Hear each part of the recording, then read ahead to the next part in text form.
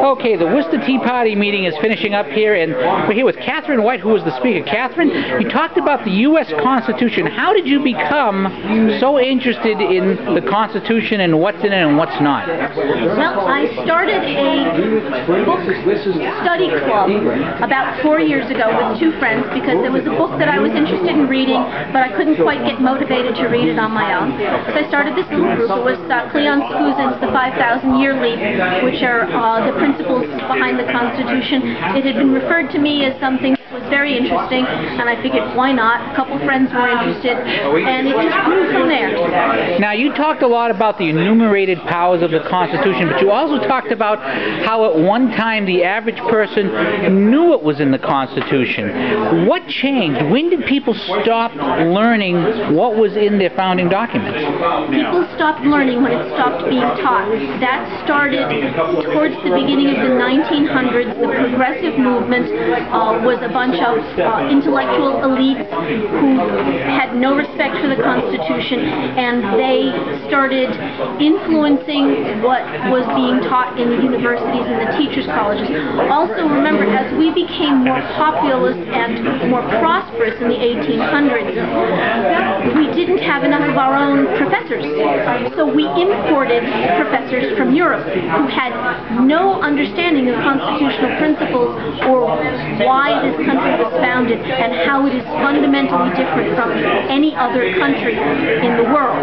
So we had a university system that was sort of ripe for takeover by people who were actively spreading a lack of understanding. Now, I remember when I was in elementary school, so this was talking in the 60s, being said, we're a republic. So I said, what's a republic? Why is it different from a democracy? And my teacher didn't know. And that teacher was not exactly a new teacher, so the lack of understanding was already well established by the midpoint of the last century. There's been almost, you could call it almost a religious great awakening when it comes to knowledge about the Constitution, people's interest in it. Is that, to what degree has it been just the nature of Americans to wait for a crisis before getting involved? Well, that's more of a sociological question that I'm not sure I'm qualified to answer. But there is a deep streak in all Americans of independence and self-reliance and, for lack of a better word, orneriness. And when you stomp on our toes hard enough, we wake up. One of the problems has been that we get busy. We have lives, we have jobs, we have kids, we have Girl Scouts, we have Boy Scouts, we have square dancing, and it's easy to not pay attention. But every now and again you get your nose rubbed in it, and then you have to pay attention.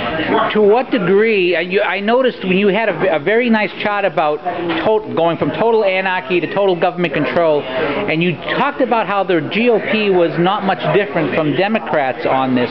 Is it basically a question of taxpayer dollars and taxpayer power in a professional political class?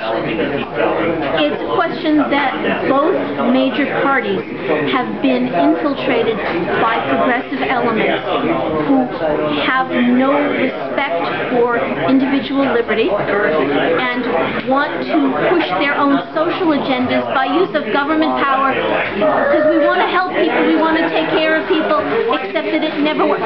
Power corrupts, absolute power corrupts, absolutely. And if you look at history, any government that tries to provide everything ends up killing lots of people. Now, you gave a very strong lecture here tonight. I wish I was a little more awake for it, frankly. It's been a long day. Comes from Skousen's 5,000-Year Leap. All right. If people want to find out more about what you're doing, or if they want to hear your talk again, or or book you for a talk, where do they get a hold of you? You can get a hold of me through my website, which is www.constitutiondecoded.com. All right. Catherine White, thank you very much for your time. You're very welcome. Thank you.